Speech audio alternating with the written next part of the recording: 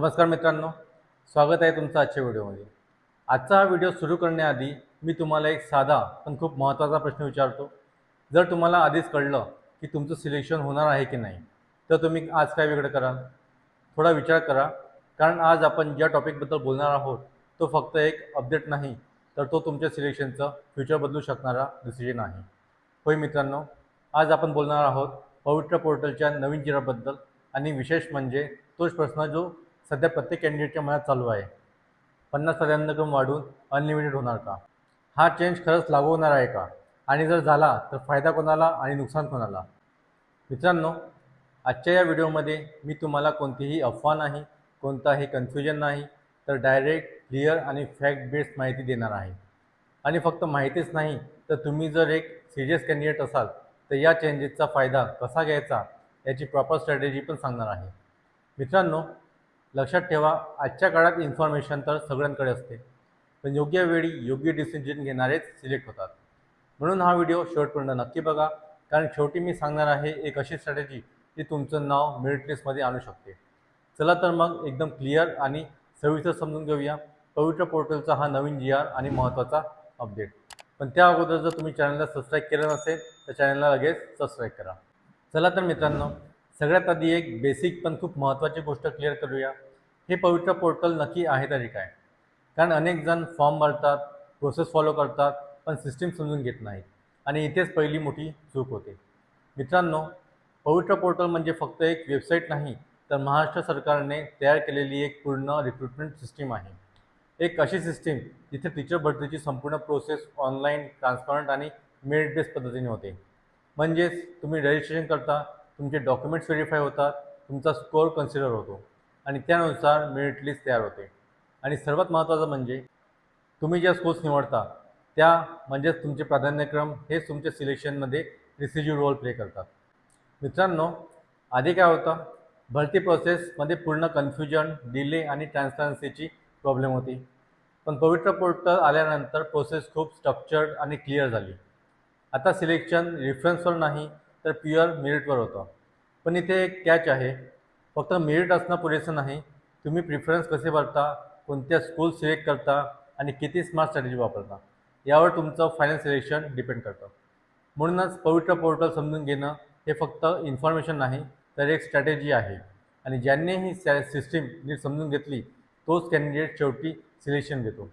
म्हणून पुढचा जो अपडेट आपण पाहणार आहोत तो या सिस्टीममधलाच एक खूप मोठा बदल आहे। आता मित्रांनो, पवित्र पोर्टल समजलं, पण इथे एक खूप मोठा आणि महत्त्वाचा प्रश्न उभा राहतो, जर सिस्टीम इतकी परफेक्ट आहे तर मग प्रॉब्लेम नेमकी कुठे होते? हा प्रश्न प्रत्येक कॅन्डिडेटने स्वतःला विचारायला हवा। कारण रियालिटी काय आहे, सिस्टीम परफेक्ट असलं तरी त्यामधली काही रूल्स आणि लिमिटेशन्स कॅन्डिडेटसाठी मोठा इश्यू बनले होते। आणि त्यातीलच सर्वात मोठा प्रॉब्लेम म्हणजे फक्त 50 प्राधान्यक्रम देण्याची मर्यादा। होय मित्रांनो, तुम्ही कितीही चांगला स्कोअर मिळवा, तुमचं मेरिट कितीही स्ट्रॉंग असू द्या, पण जर तुम्ही फक्त 50 स्कूल्स निवडू शकत असाल तर तुमच्या अपॉर्च्युनिटीज आपोआप लिमिटेड होतात। आता थोडा प्रॅक्टिकल विचार करा, महाराष्ट्रात हजारो स्कूल्स आहेत, वॅकन्सीज वेगवेगळ्या ठिकाणी आहेत आणि प्रत्येक कॅन्डिडेटची लोकेशन प्रिफरन्स वेगळी आहे। पण सिस्टीम काय सांगत होतं, तुम्ही फक्त 50च स्कूल्स निवडा। आता इथेच मिसमॅच सुरू झाला। काही कॅन्डिडेट्स सेफ साईड म्हणून अर्बन स्कूल्स निवडायला लागले, काही रुरल स्कूल्स अवॉइड करायचे, काही जण प्रॉपर रिसर्च न करता प्रिफरन्स भरायचे आणि मग शेवटी रिझल्ट काही व्हायचा, सीट रिकामी राहायची, एलिजिबल कॅन्डिडेट असूनही सिलेक्शन होत नव्हतं, वेटिंग लिस्ट वाढत राहायची। म्हणजे सिस्टीम चालू होतं पण त्याचा फुल पोटेन्शियल वापरला जात नव्हता। आणि सगळ्यात महत्त्वाचं म्हणजे अनेक डिझर्विंग कॅन्डिडेट्स फक्त लिमिटेड प्रिफरन्समुळे सिलेक्शनपासून वंचित राहायचे। मित्रांनो, तुम्ही स्वतः इमॅजिन करा, तुमच्याकडे मेरिट आहे, तुमच्याकडे क्वालिफिकेशन आहे, पण फक्त तुम्ही 50 स्कूल्स निवडू शकता म्हणून तुमचा चान्स मिस होतो, तर ते किती अनफेअर वाटेल? आणि म्हणूनच हा मुद्दा खूप मोठा बनला। कॅन्डिडेट्सने आवाज उठवायला सुरुवात केली, डिस्कशन सुरू झाले आणि सिस्टीममध्ये चेंजेसची गरज जाणवू लागली। आणि याच प्रॉब्लेममुळे 50वरून अनलिमिटेड तर नाही, पण 100 प्रेफरन्स भरण्याचा हा विचार पुढे आला। आता मित्रांनो, ज्या अपडेटची तुम्ही आतापर्यंत वाट पाहत होतात तो मोमेंट आला आहे। पवित्र पोर्टल संदर्भात जो नवीन GR चर्चेत आहे तो नेमका काय सांगतो? सर्वात आधी एक गोष्ट क्लिअर करूया, हा अपडेट अचानक आलेला नाही, तर जो प्रॉब्लेम आपण आताच पाहिला त्याचं सोल्युशन म्हणून हा विचार पुढे आला आहे। आणि त्या सोल्युशनचं नाव आहे प्रिफरन्स लिमिट वाढवणे. होय मित्रांनो, सध्या जे 50 प्राधान्यक्रम आहेत ते वाढवून 100 करण्याचा प्रपोजल पुढे आला आहे. आता इथे लक्ष देण्यासारखी गोष्ट म्हणजे हा फक्त एक छोटा चेंज नाही, तर हा कम्प्लीट सिलेक्शन डायनॅमिक्स बदलणारा डिसिजन ठरू शकतो. थोडं डीपमध्ये समजून घेऊया. जर 50 ऐवजी 100 प्रेफरन्स झाले तर काय होईल? कॅन्डिडेटला दुप्पट स्कूल्स निवडता येईल, जास्त वॅकन्सीज कव्हर करता येईल आणि सिलेक्शन होण्याची प्रोबॅबिलिटी वाढेल.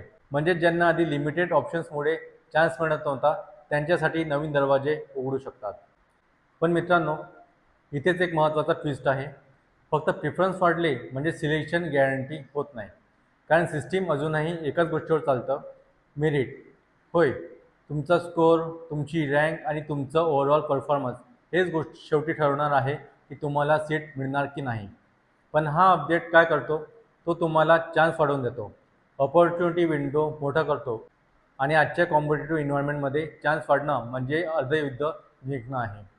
आता इमॅजिन करा, पूर्वी तुम्ही फक्त 50 ऑप्शन्समध्ये अडकले होते, पण आता जर 100 ऑप्शन्स मिळाले तर तुम्ही स्मार्ट स्ट्रॅटेजी वापरून अर्बन, सेमी अर्बन, रुरल सगळ्या प्रकारच्या स्कूल्स कव्हर करू शकता. म्हणजेच रिस्क कमी होतो, पॉसिबिलिटी वाढते आणि सिलेक्शनसाठी चान्सेस स्ट्रॉंग होतात. म्हणूनच हा GR अपडेट फक्त एक रूल चेंज नाही, तर कॅन्डिडेटसाठी एक गेम चेंजिंग ऑपॉर्च्युनिटी आहे. पण ही ऑपॉर्च्युनिटी कोणासाठी ॲडव्हान्टेज ठरणार आणि कोणासाठी चॅलेंज हे आपण पुढे बघणारच आहोत. आता मित्रांनो, सगळ्यात महत्त्वाचा आणि प्रॅक्टिकल प्रश्न आणि तो म्हणजे हा जो 50 वरून 100 प्रिफरन्सचा बदल आहे तो खरंच तुमच्यासाठी फायद्याचा आहे का? की दिसायला चांगला पण प्रत्यक्षात रिस्की ठरू शकतो? चला अगदी स्पष्टपणे समजून घेऊया, फायदे आणि तोटे दोन्ही बाजूंनी. सर्वात आधी आपण फायदे बघूया. जर प्रेफरन्स 100 झाले तर सर्वात मोठा फायदा म्हणजे तुम्हाला मिळणाऱ्या ऑपॉर्च्युनिटीज दुप्पट होतात. पूर्वी तुम्ही 50 स्कूल्सपर्यंत मर्यादित होतात, आता तुम्ही 100 स्कूल्स कव्हर करू शकता. म्हणजे जास्त वॅकन्सीज, जास्त लोकेशन्स आणि सिलेक्शनसाठी जास्त चान्सेस. विशेषतः त्या कॅन्डिडेटसाठी ज्यांचा स्कोर डिसेंट आहे पण टॉप नाही, त्यांच्यासाठी हा चेंज खूप मोठा ॲडव्हान्टेज ठरू शकतो. कारण आता ते स्मार्ट प्लॅनिंग करून डिफरंट एरियाज कव्हर करू शकतात. आणि अजून एक महत्त्वाचा फायदा म्हणजे वेटिंग लिस्ट मूवमेंट इम्प्रूव्ह होऊ शकतो. म्हणजेच ज्यांना आधी चान्स मिळत होता त्यांना सेकंड किंवा थर्ड राऊंडमध्ये ऑपॉर्च्युनिटी मिळू शकते. पण मित्रांनो, प्रत्येक गोष्टीची दुसरी बाजू पण असते. आता बघूया तोटे. सगळ्यात पहिला आणि मोठा मुद्दा म्हणजे कॉम्पिटिशन खूप वाढणार आहे. होय, ज्यांना आधी 50 प्रिफरन्स मर्यादा होती ते आता 100 ऑप्शन्स घेऊन येणार आहेत. म्हणजेच टॉप रँकर्स आणखी जास्त सीट्स कव्हर करू शकतात आणि याचा डायरेक्ट इफेक्ट तो कुणावर होणार? मिडल आणि लोअर रँक कॅन्डिडेट्सवर. कारण टॉप कॅन्डिडेट्स मल्टिपल ऑप्शन्स घेतल्यामुळे त्यांचा रिच वाढतो आणि इतरांसाठी ऑपॉर्च्युनिटीज कमी होऊ शकतात. दुसरा महत्त्वाचा मुद्दा म्हणजे रॉंग प्रिफरन्स फिलिंगचा रिस्क वाढतो. होय, ऑप्शन जास्त मिळाले की कन्फ्युजन पण वाढतो. कुठले स्कूल्स घ्यायचे, कोणती लोकेशन चूज करायची, प्रायोरिटी कशी सेट करायची. जर प्लॅनिंग नसेल तर कॅन्डिडेट स्वतःचं नुकसान करून घेऊ शकतो. आणि म्हणूनच या चेंजेसचा योग्य वापर केला तर ॲडव्हान्टेज, चुकीचा वापर केला तर नुकसान. म्हणून कन्क्ल्युजन एकदम क्लिअर आहे.